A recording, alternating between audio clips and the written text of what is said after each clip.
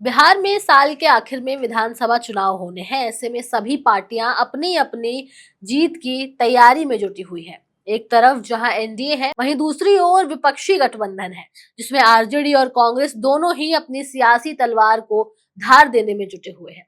वैसे तो बिहार की राजनीति में हर साल कुछ न कुछ नया बदलाव देखने को मिलता ही है, लेकिन एक मोड़ तब आया जब अक्टूबर 2024 में प्रशांत किशोर द्वारा जनसुराज पार्टी की स्थापना की गई। शुरू में तो ये पार्टी राज्य की राजनीति में बदलाव की बातें किया करती थी, लेकिन अब खुद ये सवालों के घेरे में आके खड़ी हो चुकी है। दरअसल ताजा मामला कुछ यूं है कि प्रशांत किशोर की जनसुराज पार्टी ने पूरे पटना को ऐसे पोस्टर से पाट दिया है जिसमें दावा किया गया है कि फैसला तो कल यानी 11 अप्रैल 2025 को गांधी मैदान में पटना में होगा। आखिर उनके इस पोस्टर के क्या मायने हैं और 11 अप्रैल को जन स्वराज पार्टी के संस्थापक ऐसा क्या करने वाले हैं, ये सब आपको बताएंगे। लेकिन उससे पहले आप हमारे चैनल द हिंदी टॉप को सब्सक्राइब करें, बेल आइकन दबाना ना भूलें ताकि आप तक पहुंचे हमारी हर खबर सबसे पहले। प्रशांत किशोर जो चुनावी रणनीतिकार के रूप में जाने जाते हैं, उन्होंने 2 अक्टूबर 2024 को पटना के वेटनरी कॉलेज मैदान में जन स्वराज पार्टी की घोषणा की थी। इस अवसर पर उन्होंने पार्टी के संविधान, उद्देश्य और कार्यप्रणाली के बारे में बताया था। पार्टी का दावा था कि उम्मीदवारों का चयन जनता की सहभागिता से होगा। इसके अलावा पार्टी ने नवंबर 2024 में होने वाले उपचुनावों में बेलागंज, इमामगंज, रामगढ़ और तरारी सीटों पर उम्मीदवार उतारने की योजना बनाई थी, लेकिन अब उनकी पार्टी कहां स्टैंड करती है ये वो खुद नहीं पता कर पा रहे। 11 अप्रैल 2025 को पटना के ऐतिहासिक गांधी मैदान में जनसुराज पार्टी द्वारा बिहार बदलाव रैली आयोजित की जाएगी। इस रैली में भारी भीड़ जुटने का दावा किया गया है, जिससे पार्टी की बढ़ती लोकप्रियता का संकेत मिलता था। प्रशांत किशोर की जनसुराज पार्टी की यात्रा आश्रम से शुरू होकर के गांधी मैदान तक ही अब सीमित रह गई है, सिमट कर रह गई है। पार्टी ने अपनी गतिविधियों को सीमित रखा, जिससे राज्य के बाकी हिस्सों में पार्टी की उपस्थिति और पहचान सीमित रही। तो ऐसे में यहाँ एक सवाल उठता है कि क्या पार्टी अपनी रणनीति को राज्य के सभी हिस्सों में फैलाने की योजना बना रही है या नहीं। जनसुराज पार्टी के रोड मैप को लेकर के भी संदेह व्यक्त किए जा रहे थे। पार्टी ने उपचुनाव में उम्मीदवार उतारने की घोषणा की थी, लेकिन चुनावी रणनीति प्रचार अभियान के बारे में साफ जानकारी का अभाव रहा है। ये भी देखा गया है कि पार्टी की गतिविधियां कुछ क्षेत्रों तक ही सीमित रही हैं, जिससे राज्यव्यापी पहचान बनाने में कठिनाइयों का सामना करना पड़ा। ऐसे में प्रशांत किशोर एक बड़े नेता बनने का ख्वाब देख रहे हैं, लेकिन वो केवल एक राजनीतिक रणनीतिकार बनकर ही रह गए हैं।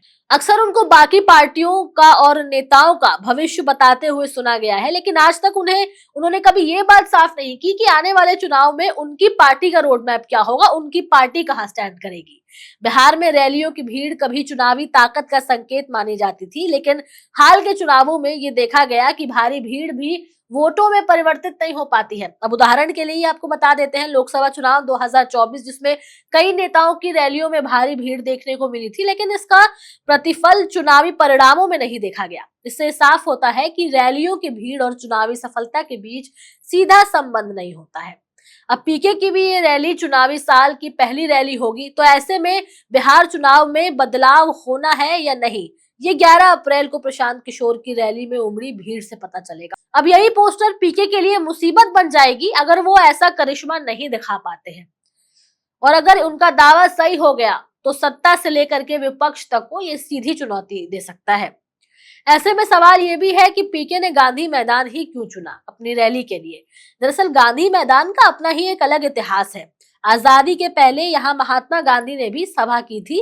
तब से बांकीपुर मैदान और पटना लॉन के नाम से लोग जानते थे। गांधी मैदान राजनीतिक शक्ति प्रदर्शन की राज्य में सबसे बड़ी जगह रही है।